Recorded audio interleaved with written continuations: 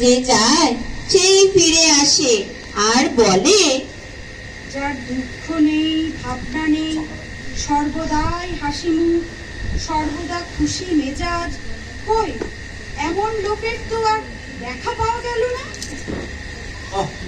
এদের দিয়ে কোনো কাজ হয় না, এই মূর্খরা খুঁজতেই জানে না। এই বলে মন্ত্রী মশাই নিজেই বেরোলেন সেই অজানা লোকের খোঁজ করতে।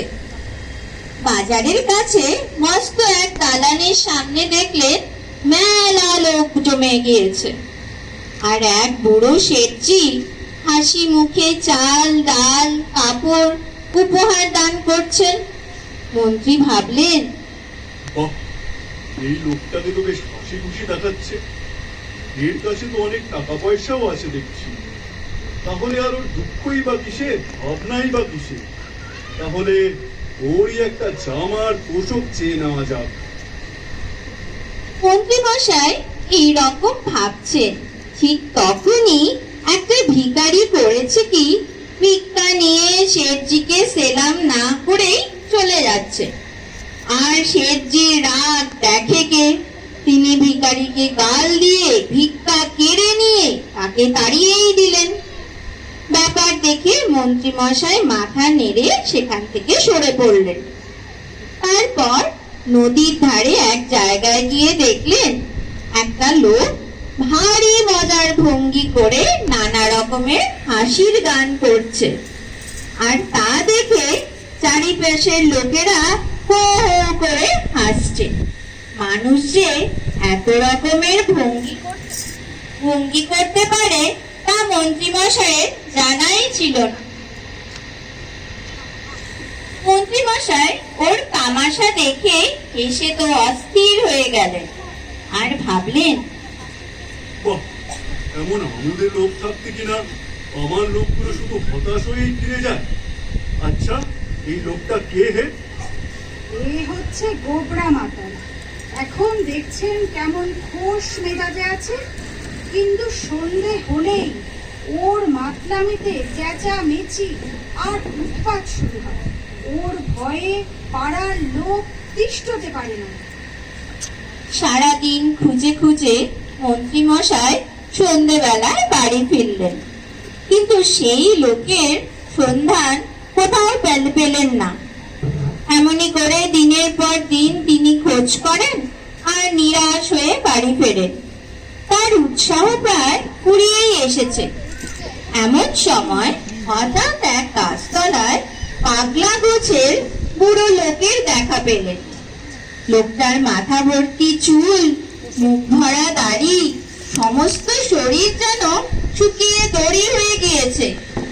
সে একা একা বসে বসে আপন মনে কেবলই হাসছে আর কেবলই হাসছে।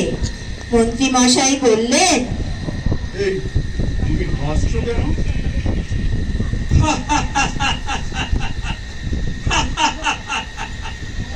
এই হাসবো না?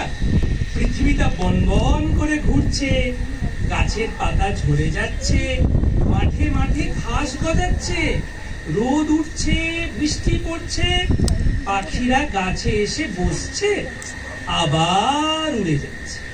এই সব চোখের সামনে দেখছি আর হাসি পাচ্ছে।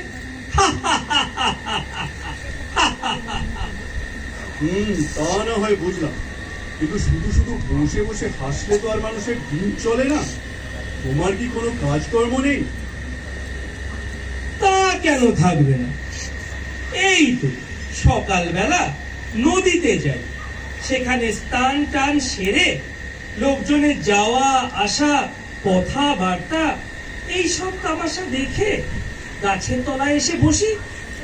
তারপর যেদিন খাবার জোটে খাই, যেদিন জোটে না খাই না। যখন বেড়াতে ইচ্ছা হয় বেড়াই, যখন ঘুমোতে ইচ্ছা হয় ঘুমোই। কোনো ভাবনা চিন্তা হট্টগোল কোনো কিছুই নেই, ভারী মজা। আচ্ছা, আর যেদিন খাওয়া পাও না সেদিন কি করো? সেদিন সেদিন তো কোনো লেটাই নেই, চুপচাপ পড়ে থাকি আর তামাশা দেখি। বরং যেদিন খাবার হয় সেদিনই যত হ্যাঙ্গাম। ভাত মাখো রে, গ্রাস তোলো রে, মুখের মধ্যে ঢোকাও রে, চিবাও রে, গেলো রে, তারপর জল খাও রে, হাত মুখ মোছো রে, কত রকমের কাণ্ড বলেন দেখিনি। মন্ত্রী দেখলেন এতদিনে ঠিক মতো লোক পাওয়া গিয়েছে। তিনি বললেন, আচ্ছা, তাহলে তোমার এক আধখানা জামা দিতে পারো? তার জন্য তুমি যত দাম চাও আমি দিতে প্রস্তুত আছি। আমার আবার জামা? এই তো সেদিন একটা লোক একটা শাল দিয়েছে, তাও তো ছাই ভিখারিকেই দিয়ে দিলাম। এই জামাটা আমার ধার আমি ধারি না কোনো দিন। আহা, এ তো মহা মুশকিল। যদিও বা একটা লোকের সন্ধান পাওয়া গেল, তার আবার জামা নেই। আচ্ছা, তোমার বিছানার তোষকখানাই তাহলে দিয়ে দাও, যা দাম চাও আমি দিয়ে দেবো। 40 বছর বিছানাই চোখে দেখলাম না, তার আবার তোষক আর গদি। জামাও গায়ে দাও না, বিছানার তোষকও ব্যবহার করো না। তোমার কি বাপু অসুখ টসুখও করে না? অসুখ? অসুখ আবার কি? অসুখ টসুখ আমি বিশ্বাসই করি না। যারা কেবল অসুখ অসুখ করে তাদেরই কেবল অসুখ হয়। মন্ত্রী মশাই হতাশ হয়ে বাড়ি ফিরলেন। রাজার কাছে খবর গেল। রাজা মন্ত্রীকে ডেকে পাঠালেন। তার সব কথা শুনে মন্ত্রী মশাইকে বিদায় দিলেন। আবার সবাই ভাবতে বসলো। এখন উপায় কি হবে?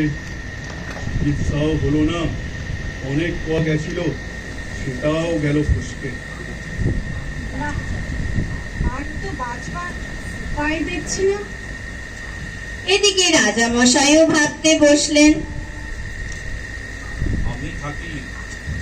আমি থাকি রাজার হালে, ভালো ভালো জিনিস খাই, কোনো কিছুরই অভাব নেই।